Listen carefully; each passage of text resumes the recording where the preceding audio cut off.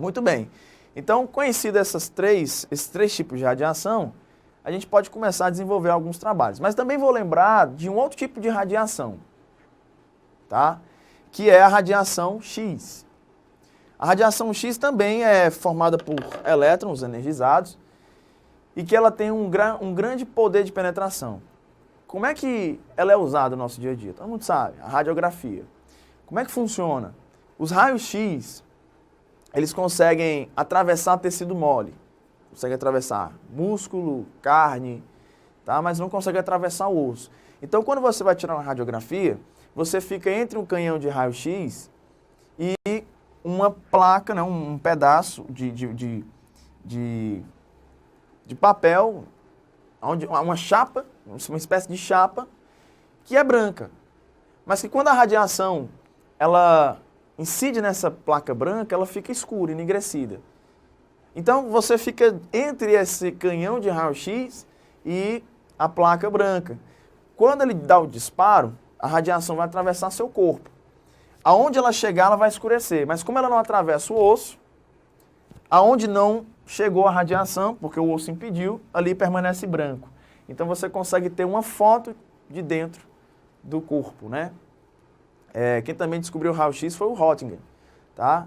E ele fez até experiência com a esposa até ficou muito triste porque tinha visto os ossos da mão e ela ficou com medo porque esqueleto era símbolo na época de morte, então ela ficou preocupada porque tinha visto os ossos dela. Então o raio-x é muito usado no nosso dia a dia para isso, tá? Também foi bem explorado por Marie Curie e ela operou na Primeira Guerra Mundial com os carrinhos que eram chamados de pequenos Curie, que levavam esse material para tirar radiografia dos soldados, para facilitar a extração de alguma bala ou de algum destroço, alguma coisa que tivesse que ser mais preciso, né? O médico deveria ser mais preciso, tá? Tudo bem? Muito bom. Então, vamos para uma questão para a gente poder trabalhar. Antes de eu continuar, vamos para uma questão que caiu no Enem de 2011.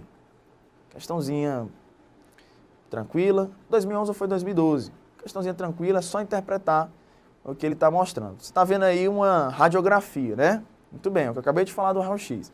Então, considere um equipamento capaz de emitir radiação eletromagnética com comprimento de onda bem menor que a da radiação ultravioleta. Suponha que a radiação emitida por esse equipamento foi apontada para um tipo específico de filme fotográfico. E entre o equipamento e o filme foi posicionado o pescoço de um indivíduo. Quanto mais exposto à radiação, mais escuro se torna o filme após a revelação. Após acionar o equipamento e revelar o filme, evidenciou-se a imagem mostrada na figura abaixo. Então tá aí a imagem. Ele diz assim, ó, dentre os fenômenos decorrentes da interação entre a radiação e os átomos do indivíduo que permite a obtenção dessa imagem, inclui-se item A, absorção da radiação eletromagnética e a consequente ionização dos átomos de cálcio que se transformam em átomos de fósforo. B, maior absorção da radiação eletromagnética pelos átomos de cálcio que por outros tipos de átomos. C, maior absorção de radiação eletromagnética pelos átomos de carbono que por átomos de cálcio. Item D, maior refração ao atravessar os átomos de carbono que os átomos de cálcio. E o item E, maior ionização das moléculas da água que de átomos de carbono.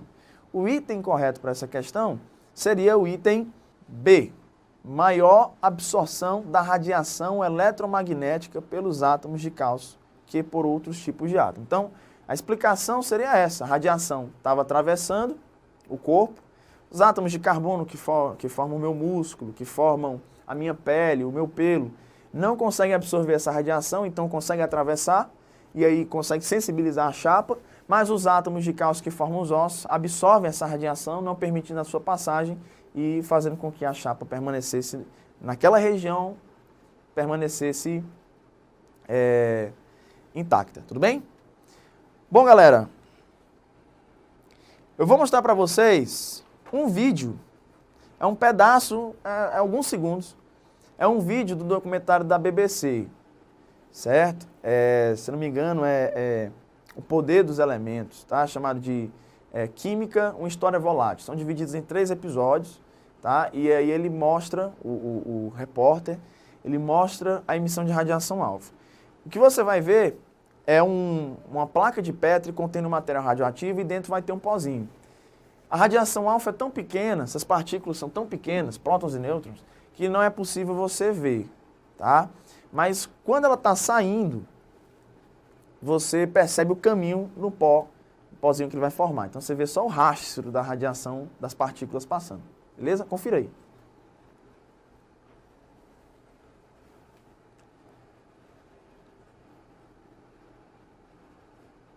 Então, ó, o que você vê é apenas as partículas, é o caminho que ela traça, né? Não dá para ver.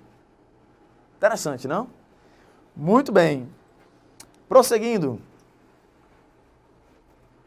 Leis da radioatividade. Assunto também muito importante, tá? Importantíssimo. Existem 2 leis da radioatividade.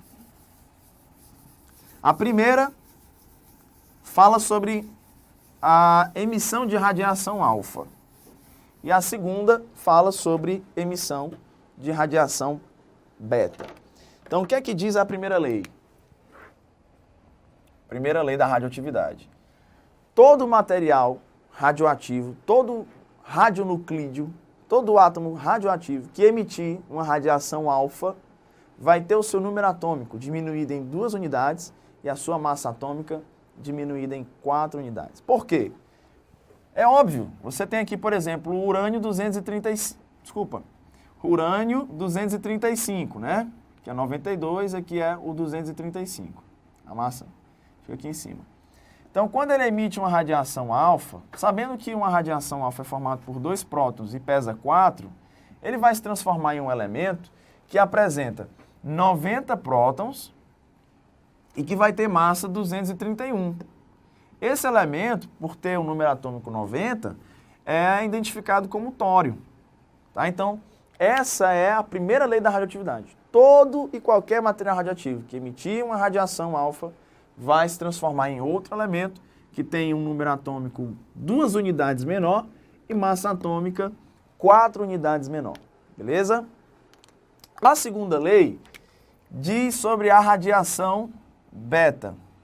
Então tá aqui, ó, segunda lei, primeira lei, segunda lei. Todo material radioativo que emitir uma partícula beta, que emitir radiação beta, vai se transformar em um elemento cujo número atômico é 1 unidade maior. Tá? Então, ó, novamente usando o caso do urânio, 235, se ele emitir uma radiação beta, ele vai originar um novo elemento químico. Lembra que eu falei que a radiação beta ela surge quando um nêutron se transforma em um próton? Lembra que eu comentei que a massa não vai ser alterada? Então esse elemento aqui vai continuar com a massa 235. Mas, como eu troquei um nêutron por um próton, eu deixo de ter 92 prótons e passo a ter 93. Já me torna um outro elemento químico, no caso é o plutônio. Tá? Essa é a segunda lei. Toda vez que o material radioativo emite radiação beta, a sua massa não se altera e o seu número atômico aumenta em 1 unidade. Beleza? Isso é importante. Tá? Alan, e se houver a emissão de radiação gama? Radiação gama é apenas energia. Ela não vai alterar o átomo. Permanece o átomo com a mesma quantidade de prótons e nêutrons e, consequentemente, a mesma massa. Não vai alterar nada. O que vai acontecer é que ele vai ficar mais estável, né? Porque está perdendo energia. Tá bom? Muito bem. Outro fato interessante que nós devemos saber é o chamado decaimento radioativo. O decaimento radioativo nada mais é do que sucessivas emissões de radiação, fazendo com que o material radioativo vá perdendo, vá diminuindo o seu número atômico e a sua massa, até chegar em um átomo mais estável, que geralmente é o chumbo. Então, na imagem aí, que eu consegui até de um site do Mundo Educação, lá da UOL, você tem uma sequência de decaimento radioativo do urânio. Tá vendo ali o ponto de partida no canto superior esquerdo? Ali é o urânio 238. E aí mostra, olha, emissão de radiação alfa, ele se transforma em um tório.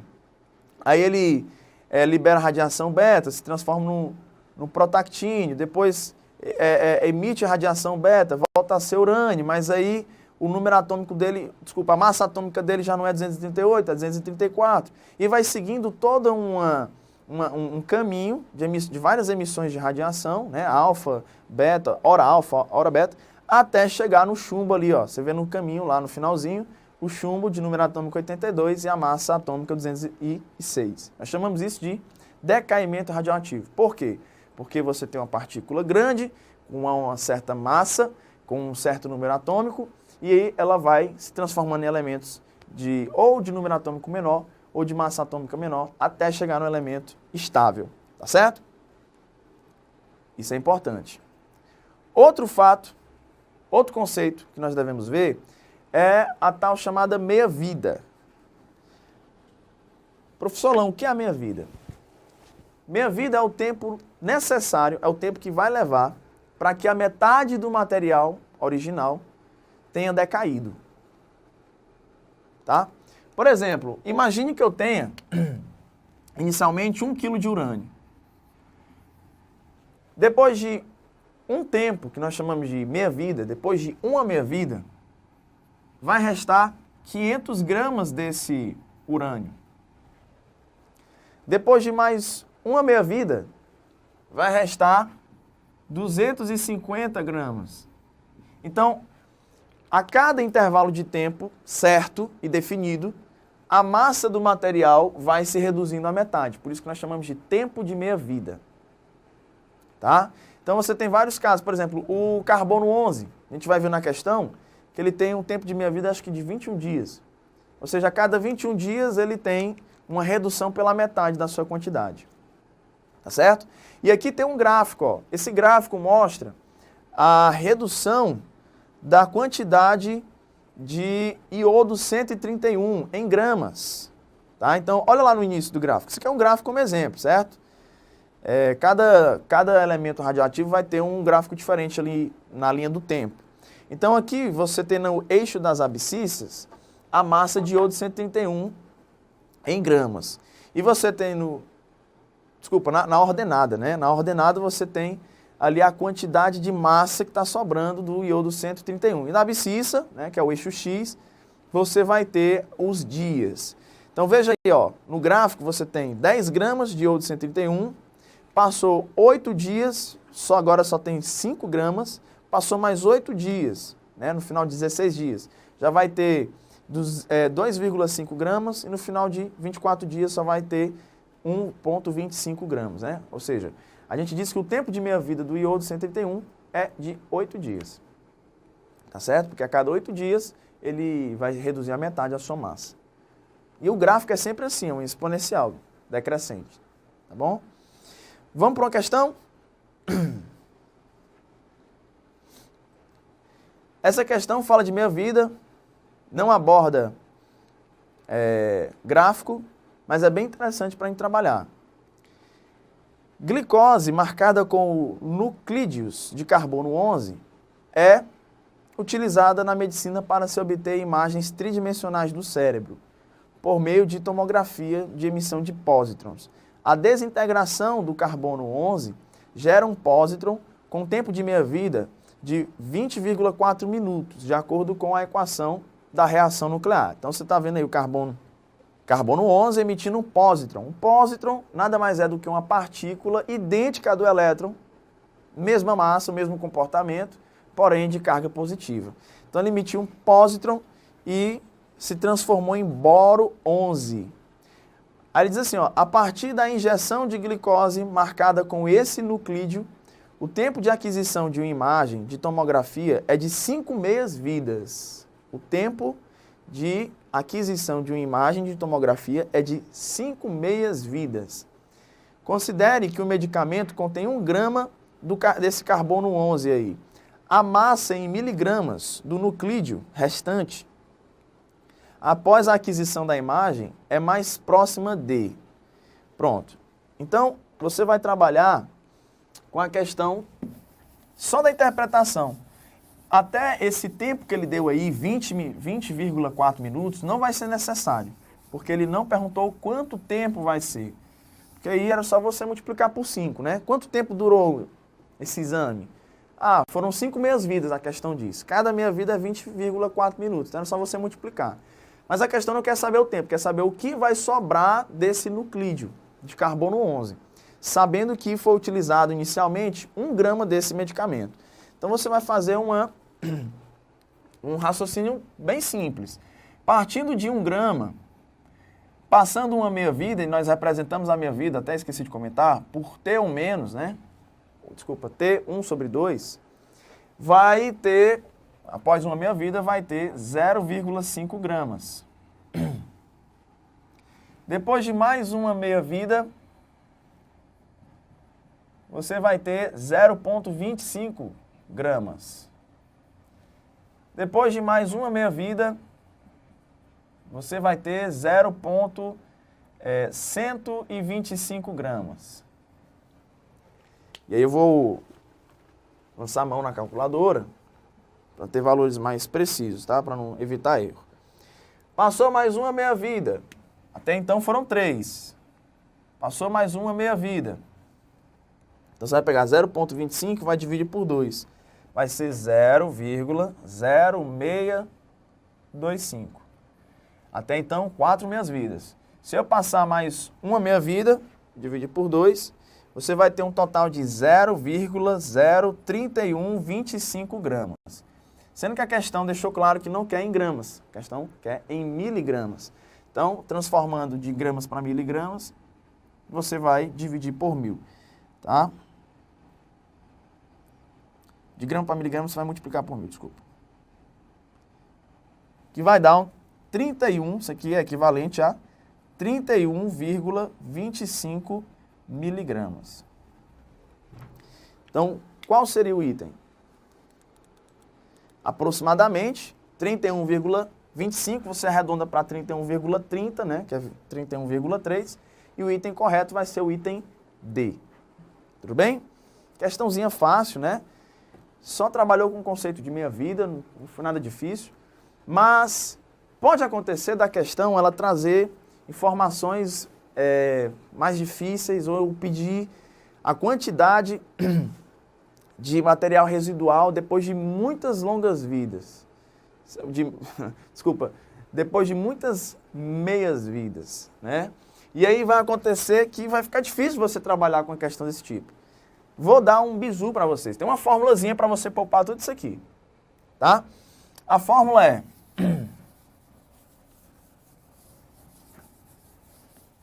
quando for necessário, tá? A fórmula é massa final é igual a massa inicial dividido por 2 elevado ao número de meias-vidas. Tá? Você pode determinar a massa final, mesmo que em porcentagem, por exemplo. A questão está trabalhando com porcentagem ao invés de massa. Ele diz assim, depois de quantas meias-vidas será necessário para que tenha 12% da massa original, 12,5% da massa original, certo? Então, assim, até para porcentagem vale. Aí, ao invés de você usar a massa, você vai usar a porcentagem. Então, você usa essa fórmula aqui, ó, massa final igual a massa inicial, dividido por 2 elevado ao número de meias-vidas, tá? Então, você pegaria, por exemplo, a massa final, você colocaria igual a massa inicial, que é 1 grama, e dividiria por 2 elevado a 5, né, que foi o número de meias-vidas da questão. Então, concluindo, você fizer esse cálculo, vai dar o mesmo valor, 31,3 miligramas de material residual. Tá certo? Pode fazer o cálculo. Vai dar isso. Vai ser um pouco trabalhoso, porque você vai ter que colocar os zeros para poder fazer a divisão, mas para outro tipo de questão que requer mais... quando envolve muitos tempos de meia-vida, aí é bom você usar essa fórmula. Essa aí não precisava não, tá? Só um raciocínio mesmo ali da definição de meia-vida daria para você resolver. Beleza? Joinha? Muito bem.